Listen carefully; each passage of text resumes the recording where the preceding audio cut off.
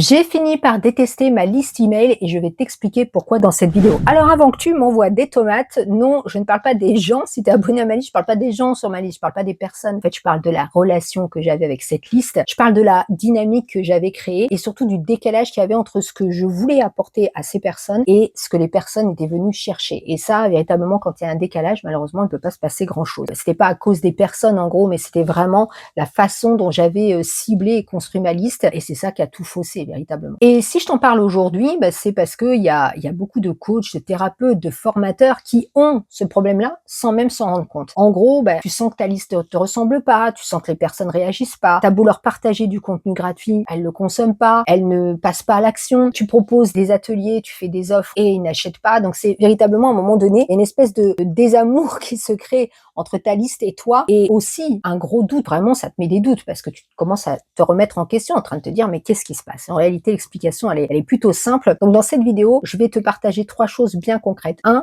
comment j'en suis arrivé là et peut-être comment tu en es arrivé là et comment tu peux éviter ça. 2, je vais te partager les 5 niveaux de conscience d'Eugène Schwartz et pourquoi aujourd'hui ta cible ne réagit pas encore. Et puis troisièmement, comment reconstruire une liste email saine, une liste alignée et prête à avancer avec toi. Alors comment j'en suis arrivé là et comment tu peux éviter ça? Bon, d'abord, moi ma liste elle était remplie de profils très différents. Donc en gros, j'avais fait une pub et j'avais effectivement fait un texte mais qui était malheureusement trop général. Ce qui fait que j'ai attiré des cibles de tous les profils. En gros, j'avais des curieux. Alors c'est normal, on a toujours des curieux, hein, et là on est en niveau 1, donc ce sont des personnes en gros qui voient le truc, qui se disent tiens, ça a l'air intéressant, je vais aller voir de quoi il s'agit. Ensuite, j'avais des collectionneurs de gratuits. Donc souvent, c'est des personnes qui s'inscrivent à tout, qui collectionnent toutes les ressources gratuites et puis qui n'en font strictement rien. Alors, c'est pas mal hein, de faire ça.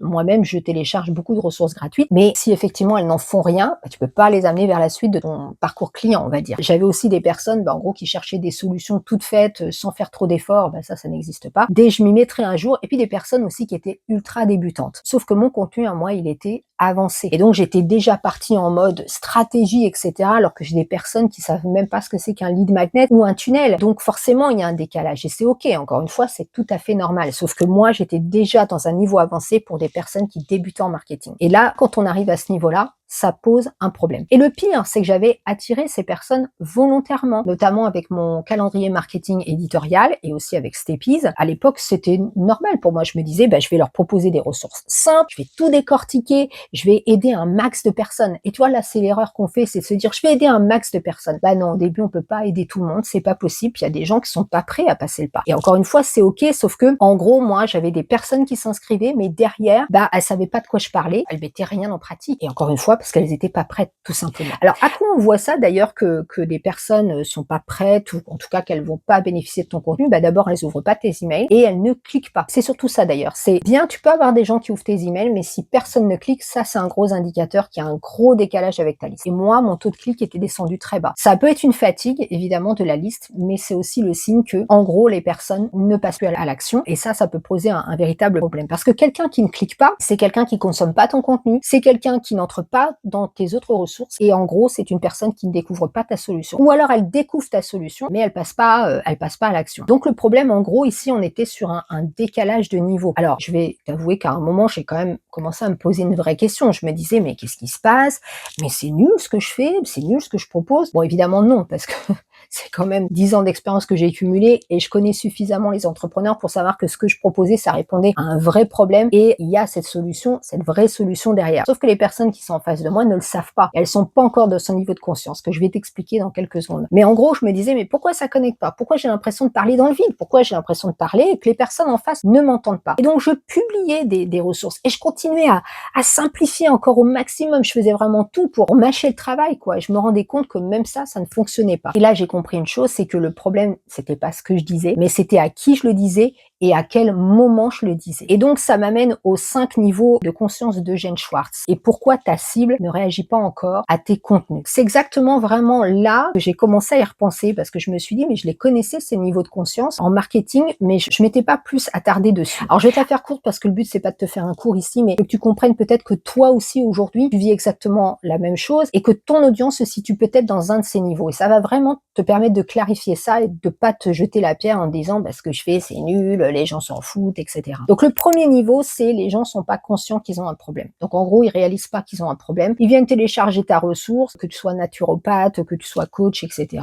Bon, ils téléchargent ton truc gratuit. Oh, ça a l'air sympa, je regarderai un autre jour. Mais ils ont pas conscience qu'ils ont un problème, ok? Toi, tu sais qu'ils ont un problème, mais eux ne le savent pas. Et d'ailleurs, il suffirait que tu passes 5 minutes avec eux pour mettre tout de suite le doigt sur le problème. Mais eux n'en ont pas conscience, ok? Le niveau 2, ils deviennent conscients qu'ils ont un problème. Donc en gros, ils voient qu'il y a un souci, mais ils savent pas quoi faire. Voilà. Ils se disent, ok, bah ouais, j'ai commencé à regarder, mais je suis pas encore prêt à passer à l'action. Et il y en a beaucoup qui restent en niveau 1, niveau 2, véritablement. Et puis niveau 3, c'est conscient des solutions. Donc là, ils savent qu'il y a des solutions, ils en ont entendu parler autour, ils arrivent sur ton contenu, ils disent, tiens, elle aussi, elle a une solution, mais ils en appliquent aucune réellement. Et ça arrive aussi, par exemple, pour Stepies, les gens qui cherchent des plateformes et qui sont là en mode, oui, j'ai vu, mais pour l'instant, voilà. Ils sont conscients de ça. Et puis ensuite, le niveau 4, ça commence à devenir intéressant pour nous parce que c'est les gens qui sont conscients de notre solution, ils connaissent notre travail, ils cliquent sur tous nos contenus, ils sont prêts véritablement à tout consommer, mais malheureusement, ils ne passent pas à l'action parce qu'ils sont pas encore totalement prêts, tout simplement. Et puis le niveau 5, c'est prêt à acheter. En gros, ils comprennent ta valeur, ils voient ta méthode, etc.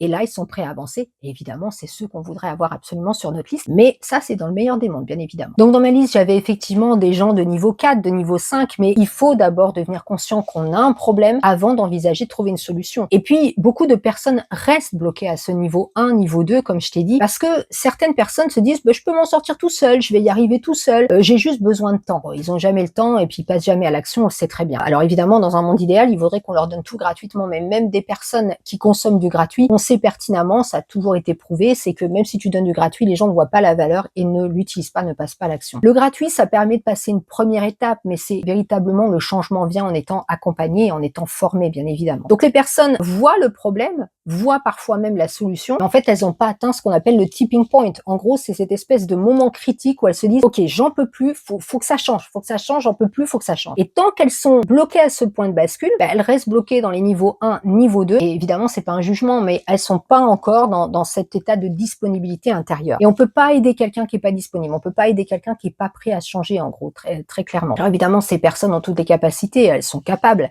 mais c'est juste qu'elles se sentent pas encore prêtes. D'ailleurs, j'en parlais avec une de mes clientes, Catherine, qui me disait, on en parlait de ces niveaux de conscience lors du call client Stepies, et elle me disait, mais moi aussi, j'ai eu à un moment donné des problèmes comme ça, j'avais une problématique, je voyais la solution, j'étais pas encore prête à l'entendre. Et ça résume parfaitement ce que vivent beaucoup d'entrepreneurs et surtout ce que vivent beaucoup d'acheteurs. Ok? Donc maintenant, tu comprends mieux. En gros, moi, ma liste était majoritairement niveau 1, niveau 2 et niveau 3, et moi, je voyais souvent du contenu niveau 4 et niveau 5, et donc forcément, ça pouvait pas aller plus vite que la musique. Alors, comment reconstruire du coup une liste email saine, alignée et prête à avancer? 4 étapes que je vais te partager maintenant. La première étape, c'est de nettoyer ta liste. Alors, moi, je te recommande tous les 6 mois, 1 an de nettoyer ta liste, et avec Stepies, tu peux faire ça, tu peux nettoyer ta liste, tu peux regarder les personnes qui n'ont pas ouvert leurs emails depuis 6 mois, qui n'ont pas cliqué depuis au moins 6 mois, voire 1 an, et tu supprimes tout. Alors pourquoi? D'abord, ça te fait de la place, et puis ça ne sert à rien de garder des gens sur ta liste qui ne passeront jamais à l'action. Et en train juste de te dire, c'est une métrique de vanité, quoi, en gros. Donc même si tu dois supprimer 200 ou 300 personnes d'un coup, c'est très bien, parce qu'en plus, ta délivrabilité, elle sera beaucoup plus forte si, effectivement, tu nettoies un peu tous ces gens-là, parce que si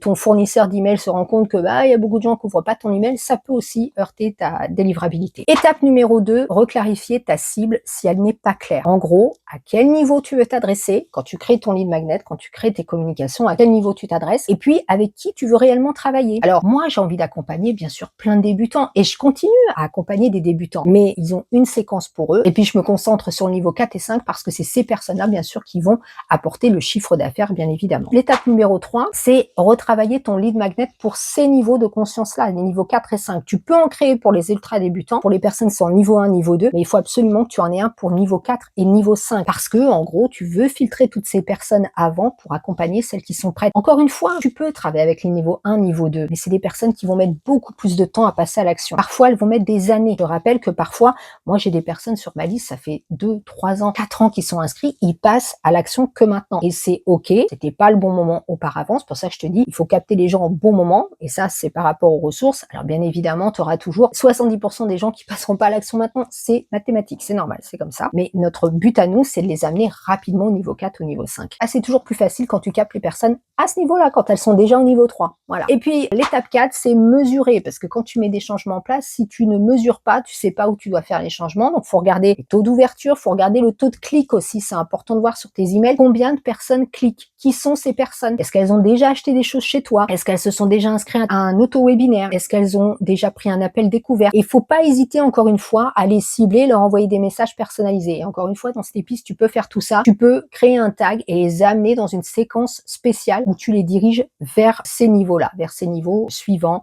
appel découverte, etc. Donc en gros ici, comme tu peux le constater, bien sûr, je déteste pas ma liste. C'était c'était un petit peu un titre racoleur. Non, je détestais bien sûr cette relation que j'avais créée. Et c'est bien finalement de se faire un petit bilan comme ça de temps en temps, de se dire ok, ben voilà, je voulais aider. On peut pas m'en vouloir de ça. Je voulais tellement aider les gens. Mais s'ils sont pas prêts, je peux pas forcer. C'est comme ça. Sans doute que peut-être ton audience aussi, elle est peut-être au niveau 1, niveau 2. Encore une fois, c'est ok, mais il faut que tu crées du contenu spécifiquement pour ces personnes et que peut-être, surtout si tu as besoin de faire grandir ton activité, d'attirer aussi beaucoup de personnes qui sont déjà en niveau 3, niveau 4 et niveau 5, et bien sûr dans ton message adapté. On parle pas pareil aux débutants qu'aux avancés. D'ailleurs, je pourrais te faire une vidéo pour te montrer les différences, comment t'adresser aux différentes cibles pour que justement tu puisses peut-être repousser certaines cibles et en attirer d'autres. Ok? Donc voilà pour cette vidéo. J'espère que ça t'a plu. N'hésite pas à me laisser un commentaire sous la vidéo et puis surtout n'oublie pas de prendre ton essai chez Stepis. Tu as 14 jours gratuits et puis nous on se retrouve dans une prochaine vidéo.